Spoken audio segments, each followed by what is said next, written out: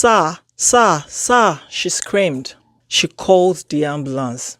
Paramedics rushed in, CPR, oxygen masks, beeping machines. Tade's heart stopped.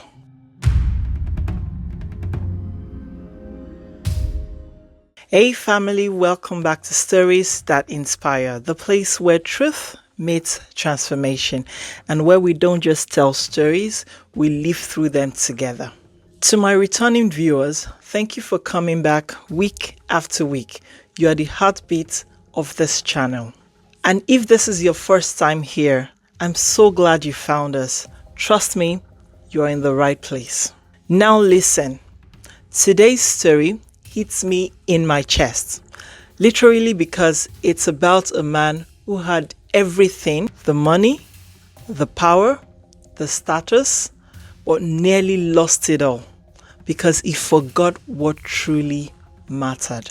If you've ever said, let me just finish this last project, then I'll rest, or I'm doing all this for my family, then you need to stay till the end of this story, because what happens to Tade could happen to any one of us. So before we dive in, please take a second to like this video, subscribe, share it with someone who might benefit from this story. And now let's get into the story that might just save someone's life.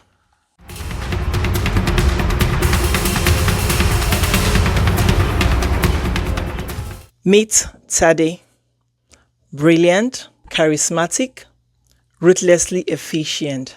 He founded one of the top technology companies in Lagos. When you talk about top gadgets and electronics, web design, development, and management, his company was at the top. His mantra, nobody works harder than me, and he lived by it. Tade would arrive at work before everyone and leave after everyone else. Even his driver and secretary weren't allowed to go home before him.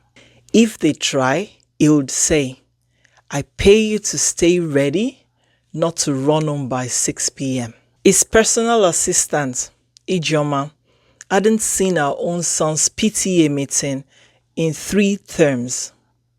His driver, Dayo, would sleep in the car just to avoid being late the next day. His staff, though paid well, were worn out. Every task, Tade micromanaged. He didn't believe in teams. He believed in control. Delegation to him was weakness. If you want it done right, he'll say, do it yourself. And it wasn't just work. At home, Tade had missed every milestone: his son's first school play, his daughter's ballet recital, his wife's last 3 birthdays. When his wife once gently said, babe, we need you to, he brushed it off. I'm doing this for all of you. You think this lifestyle comes cheap? That night, she went to bed without another word. And Tade, he stayed up until 2 a.m. fixing a pitch deck. The next day started like every other day. 6 a.m. at the gym, 7:15 a.m. drinking his green smoothie, 8:10 a.m. boardroom prep. But by 8:35 a.m., something felt off.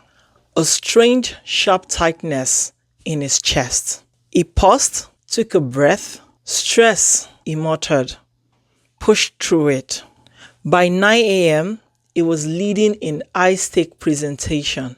He cracked jokes, dazzled investors, but the pain didn't stop.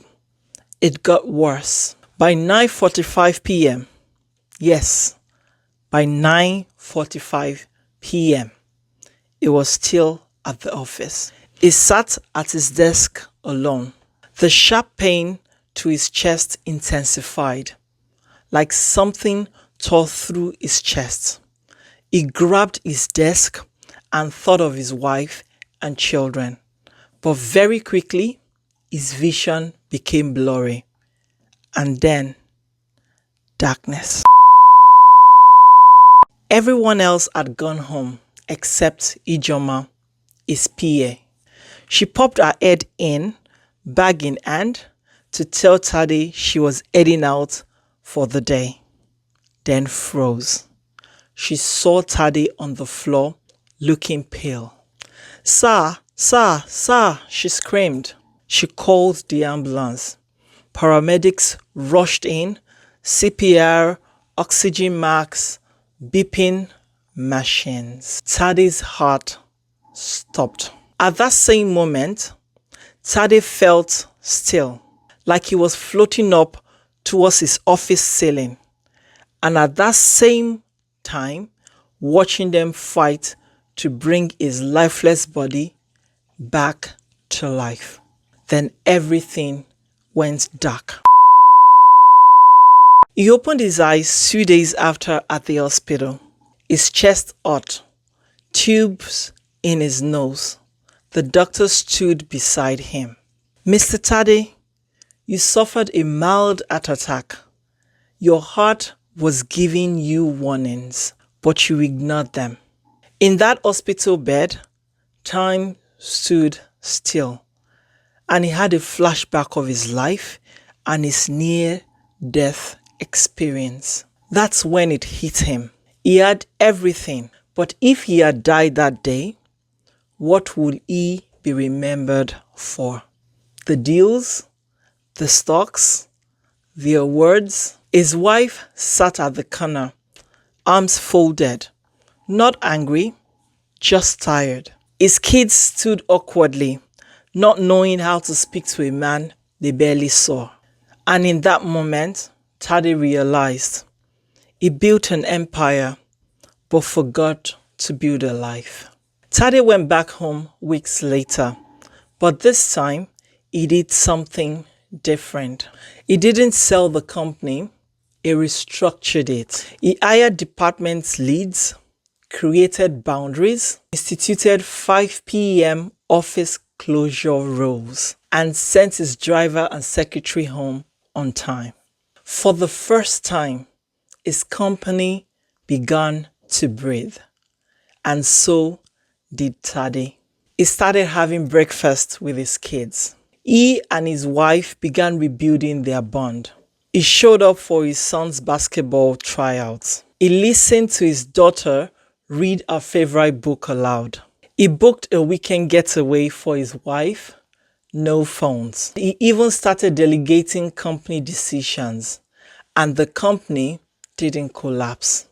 In fact, it grew faster because people weren't overworked, they were empowered. Tade now spoke at business forums, but not about profit margins. He speaks about burnouts, boundaries, and building what truly matters. He reminds others, you can lose your job and find another. But if you lose your family, your peace, or your health, those are not guaranteed to come back. His secretary Ijoma now clocks out by 5 p.m. His driver Dio now takes his weekends off, and the office still runs brilliantly. Tade still has money. He still drives nice cars, but now he has peace. He laughs more, he sleeps better, and is present for what matters. His daughter once whispered, "Daddy, I like this new you." And that made Tade smile. You don't need to have a heart attack to wake up.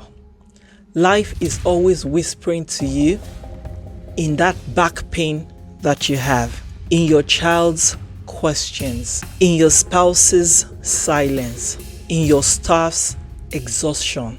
Don't wait to collapse before you correct it.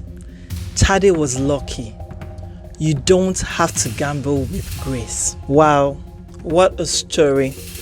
If Tade's story taught us anything, it's that rest is not reward, it is survival. You can rebuild money, but you can't recover time with the people you love. So here is your action prompt for this week. Breathe, take a rest, and be present. Because your legacy isn't what you built, it is who you built it with. If the story moved you, please don't leave without liking, subscribing, sharing, and dropping the comments below. I'll see you next week with another story that would inspire, challenge, and maybe even change your life. Until then, keep living, keep loving, and remember, you matter too.